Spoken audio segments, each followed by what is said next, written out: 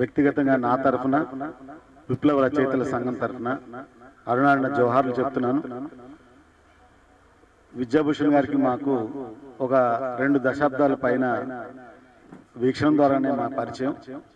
అయినప్పటికీ ఆ మనిషిలో ఉండే నిరాడంబరత, సహచరుల పట్ల ఉండే ప్రేమ మేము దగ్గర నుంచి చూసిన వాళ్ళు. ఇప్పటివరకు పెద్దలు మాట్లాడినట్టు ఆయన ఆలోచనలన్నీ రాసిపోయిండు, ఆయన ఆలోచనలన్నీ మన ముందు పెట్టినాడు, ఆయన స్వప్నాలన్నీ మన ముందు ఉన్నాయి. వాటిని మనం ముందుకు తీసుకెళ్ళడమే ఆయనకి ఇచ్చే నివాళి. ఆయన అందుబాటులో ఉన్న రచనలు, ఆయన ఆలోచనల్ని మనం అంతా ఒక దగ్గర కంపైల్ చేద్దాం.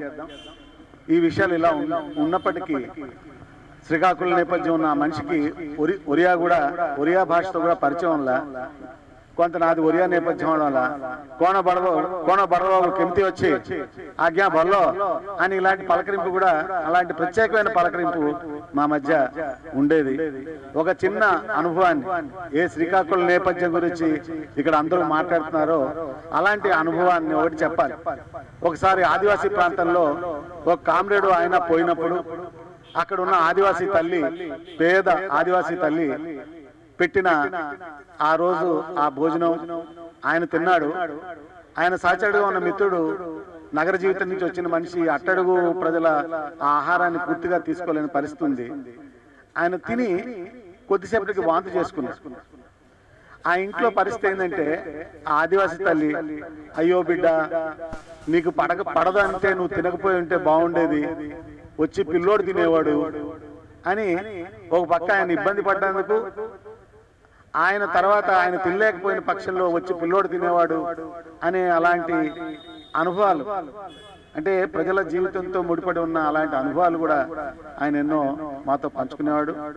కాబట్టి విద్యాభూషణ్ జీవితం నుంచి ఆయన సింప్లిసిటీ, ప్రజా ఉద్యమాలతో అంటిపెట్టుకున్న విలువల్ని మనం అందరం ఎప్పుడూ అందరితో, ప్రజా సంఘ కార్యకర్తలతో కానీ, ఈ లక్ష్యాలతో నడుస్తున్న మనుషులతో కానీ ఒక చిరునవ్వుగా ఎప్పుడూ ప్రసరిస్తూనే ఉండేవాడు. బహుశా పిల్లలు స్పందన, ఆజాదులకు ఇది చాలా విషాదమే.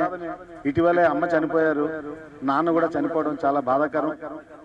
వారికి మేము ఉన్నామనే ఆశ్వాసన ఇస్తూనే నాన్న ఆశయాలను మనం అందరం కలిసి ముందుకు తీసుకెళ్దామని కోరుతూ నాకు ఈ అవకాశం ఇచ్చిన మిత్రులకి ధన్యవాదాలు చెప్తూ ముగిస్తున్నాను. వార్తలో తనతో పాటు పనిచేసినటువంటి వలీ హుసేన్ గారు మాట్లాడారు.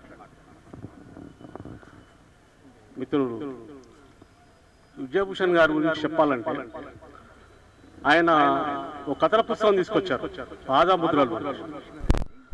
ఆ కథల పుస్తకము చదివితే చాలు ఆయన జీవితంలో ఏం చేశాడు, సమాజాన్ని ఎట్లా చూశాడు, సమాజం పట్ల తన పట్ల ఆర్ద్రత ఏముందనేది ఆ కథల పుస్తకంలో ఉన్న కథల నిండా ఉంటుంది. ప్రత్యేకంగా చెప్పాల్సిన అవసరం లేదు. ఆ కథల పుస్తకం చదివితే చాలు విద్యాభూషణ్ గారి యొక్క ఆలోచన విధానం ఆ కథల్లో చాలా స్పష్టంగా కనబడుతుంది. అదేవిధంగా మేము రిపోర్టర్ బ్యాచ్లో పనిచేసాము. ఇక్కడ మన మిత్రులు కూడా వచ్చారు, రాములు, మన సృజన్ గారు, మన శ్రీనివాస్ గారు, విజయభాస్కర్ వరంగల్ నుంచి వచ్చారు. మేమందరం కూడా ఆయనతో కలిసి మాట్లాడేవాళ్ళం. వాళ్ళ అమ్మాయి మ్యారేజ్లో కూడా రావడం జరిగింది. వాళ్ళ మిస్సెస్ చనిపోయినప్పుడు మేము వచ్చి ఆయన కలవడం జరిగింది. నాతో ఈ నెల ఫస్ట్ వీక్లో మాట్లాడుతూ భయ్యా నేను కొద్ది రోజుల్లో యాక్టివ్గా కాబోతున్నాను, నవంబర్ ఫస్ట్ వీక్లో మాట్లాడాను. మళ్ళీ ఏదైనా నా కథల పుస్తకం వచ్చింది, నా వ్యాసాలతో కూడా ఒక సంకలనం తీసుకొద్దాం అనుకుంటున్నాను నేను. మరి మీరందరూ ఎవరైతే ఉన్నారో మిత్రులందరూ కూడా నాకు సహకరించాలి, నేను మళ్ళీ యాక్టివేట్ అవుతాను అని చెప్పాడు నాతో. టి రాజు అని చెప్పి మాతో పాటు రిపోర్టర్ పనిచేసి చనిపోయారు. ఆయన జ్ఞాపకార్థం బుక్ వచ్చింది. అది ఎవరో చెప్పారట, అది ఒక బుక్ హుసేన్ దగ్గర ఉందారంటే నన్ను అడిగితే నేను ఆ బుక్ని వాట్సాప్లో పంపడం జరిగింది. ఆయన ప్రింట్అవుట్ తీసి దాన్ని బైండింగ్ చేసి పెట్టుకున్నాడు కూడా. అంటే ఆయన మాటల్లో గంట సేపు మాట్లాడితే దాదాపు 45 నిమిషాలు ఇక్కడ అలా జరిగింది, అక్కడ ఎట్లా జరిగింది, ఇట్లా జరిగింది, భయ్యా ఏం చేయలేని పరిస్థితిలో ఉన్నాం, కానీ ఆ బాధతో నాకు ఇబ్బంది అవుతూ ఉంటుంది, నాకు 24 గంటలు అదే ఉంది, దీంతో పాటు నాతో పాటు జీవన సహచరినిగా ఉన్నటువంటి భార్య చనిపోవడం నా లైఫ్లో అతిపెద్ద విషాదం అయ్యా అని చెప్పి బాధపడేవాడు.